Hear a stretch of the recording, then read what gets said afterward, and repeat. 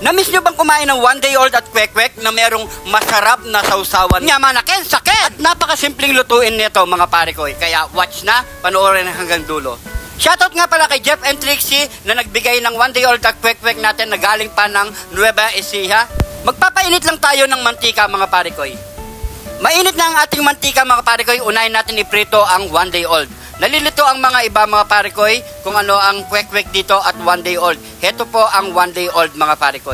Paki-comment lang sa baba mga pare ko kung tama ang nasabi natin na ito nga ang one day old, yung sisiyo mga pare ko, or kung ang kwek-kwek yun ang itlog. Prituin lang natin ng mga 2 minutes or 3 minutes to mga pare ko, pwede na yan. After 3 minutes mga pare ko, pwede na ang ating one day old. Yan, set aside muna natin yan. At heto na nga yung kwek-kwek na sinasabi nila mga pare ko. I-comment nyo lang mga pare ko kung ito nga ang kwek-kwek. So 3 minutes ulit mga pare ko, antayin lang natin maluto to. All goods na lahat mga pare ko.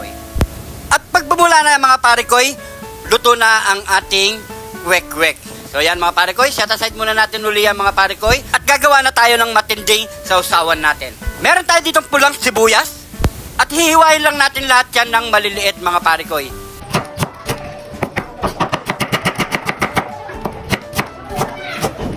At hindi mawawala ang kidlat ni Jun TV.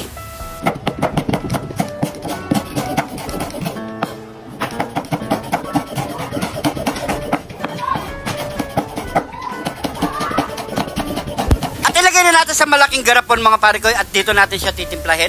Ilagay na natin yung suka, pamintang wasak, asin, at syempre brown sugar. Lang natin ng konti tubig para hindi masyadong maasim. At pakahalo lang natin yan mga parekoy. Sausawan pa lang. Ang sarap na mga parekoy. Nyamanakin, sakin. Heto na yung niluto nating fried kwek-kwek at one day old mga parekoy.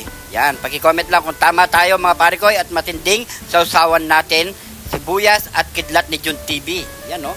Napakasarap mga parekoy. At kung nag-crave man kayo mga parekoy, meron naman dito sa mga tabing daan may nagtitinda dyan mga parekoy. So karamihan kasi neto sa Nueva Ecija. Bago natin magbukin yan, pray muna tayo. Thank you Lord sa napakasarap na pagkain neto Lord. Bless niyo po yung viewers namin Lord. Bless niyo po yung sumusuporta sa amin Lord. Bless niyo po yung family at kalusugan namin Lord. In Jesus name, Amen.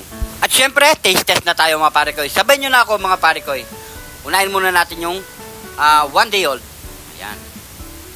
Grabe, nagkikrave na ako. Sausawan pa lang, the best na. Ayan o. Lagyan natin ng maraming sibuyas at sili. Kain po. Yun. Ang sarap. Nyamanakin, sakin. Hindi na tayo naglagay ng kanin dyan mga pare ko at para manamnam natin yung lasa ng one day old at kwek-kwek. Yan o. Grabe, ang sarap. Kung nag-crave man kayo mga pare ko, marami din dyan mga pare ko, may makikita kayo sa mga bandang tabing daan, nilalako nila mga pare ko at nakapwesto sila.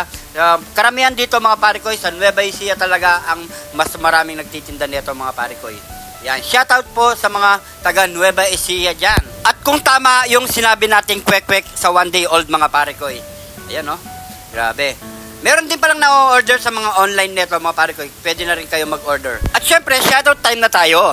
Shoutout po kay Dan Chabian, Allen ng Samar, Richie Haranila ng Roa City, Capiz, Renato Baldosa, at kay Jesus Robles ng Ligan City, Albay, Alvin Santos ng Chicago, at kay Eris Nuevo ng Santa Cruz, Laguna, AJ Sanchez ng Pangasinan, at kay Parikoy Resurrection Junior Manuel ng Angeles, Pampanga. At maraming salamat sa laging panonood. At syempre maraming salamat din sa mga bagong followers natin dyan. Welcome na welcome po kayo dito sa Jun TV. Dahil dito sa Jun TV, lagi lang po tayong good vibes and happy mga parikoy. So kain lang po tayo mga parikoy.